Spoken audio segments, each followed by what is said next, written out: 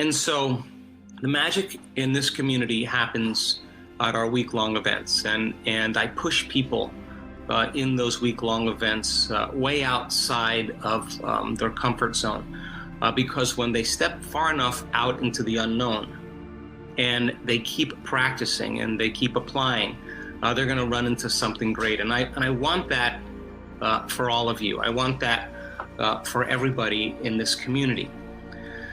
So that means then that doing this work and taking the time out of your busy lives to become an experimenter, to experiment to see if I change the way I think and the way I feel, is it going to begin to produce effects in my life, and then maintain that state, that energetic state, independent of all the conditions in your environment, independent of the conditioning emotionally that keeps you in the past or the expectation of the same future, and independent of certain habits and unconscious programs. That is the process of overcoming, and being able to sustain that state every single day causes outcomes to begin to mysteriously appear in your life.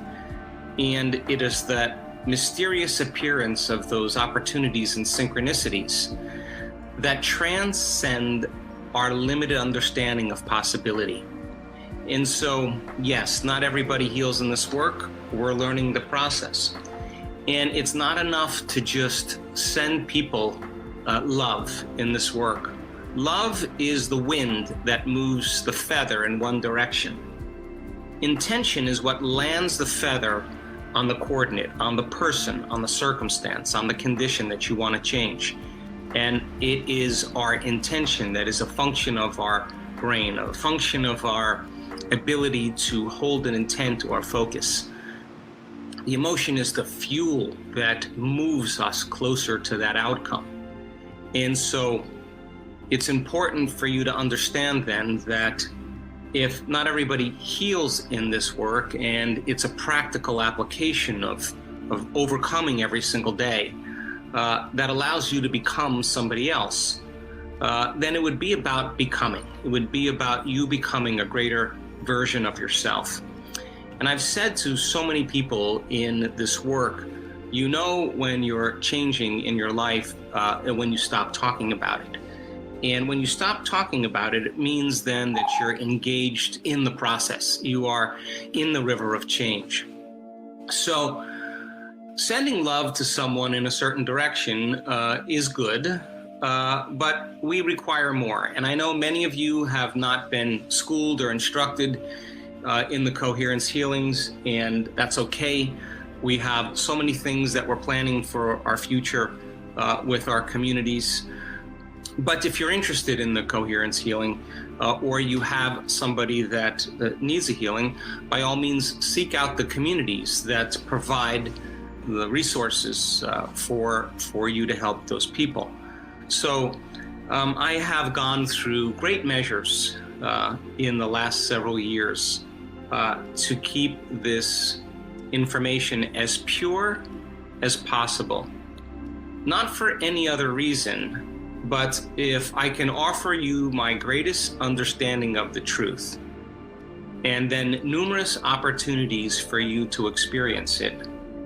If you practice every single day, you're going to get better at doing it.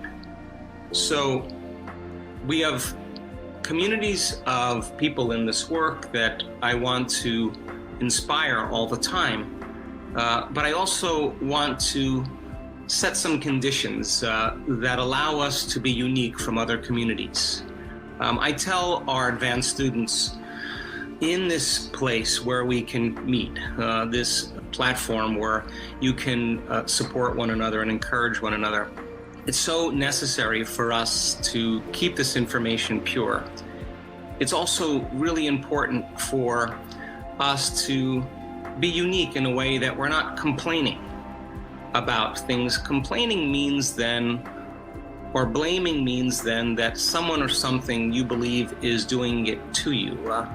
We want to work at a much higher level. We want to be something different and unique. We want to give people the support that they need in the belief that something is possible for them.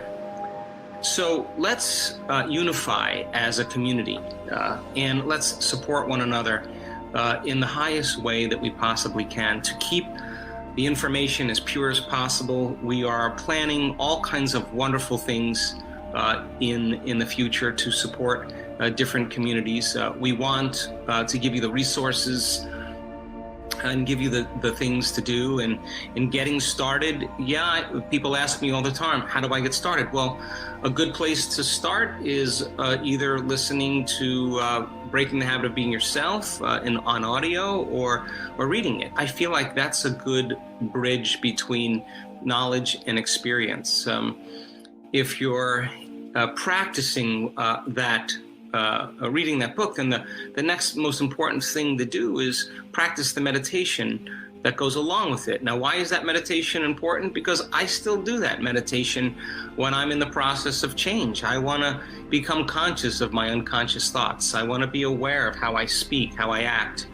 I want to look at how I feel every single day and see if that feeling is connected to my future or is connected to my past.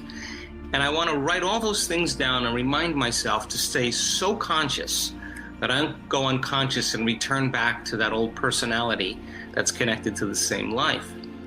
And then thinking about thoughts you do want to fire and wire in your brain and have them through repetition with intention and attention. Install the circuits and repeat it enough times so that the hardware becomes more like a software program and you naturally have a new voice in your head that says anything's possible, believe in yourself, you can do this. Instead of I can't, it's too hard, I don't feel like it. Those are thoughts of the past.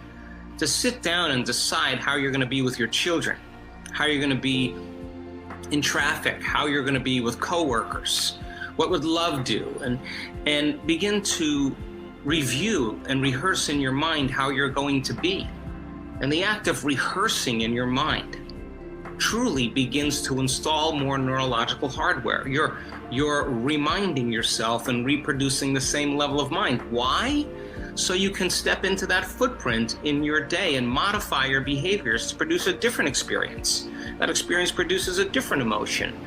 And you're going to want to feel that emotion instead of the emotions of your past. And then teach your body what your future feels like. Start making those chemicals. Yes, I know it's not easy all the time to feel elevated emotions. Believe me, I've been at this a long time. But that's natural and normal to excuse yourself and say that I can't.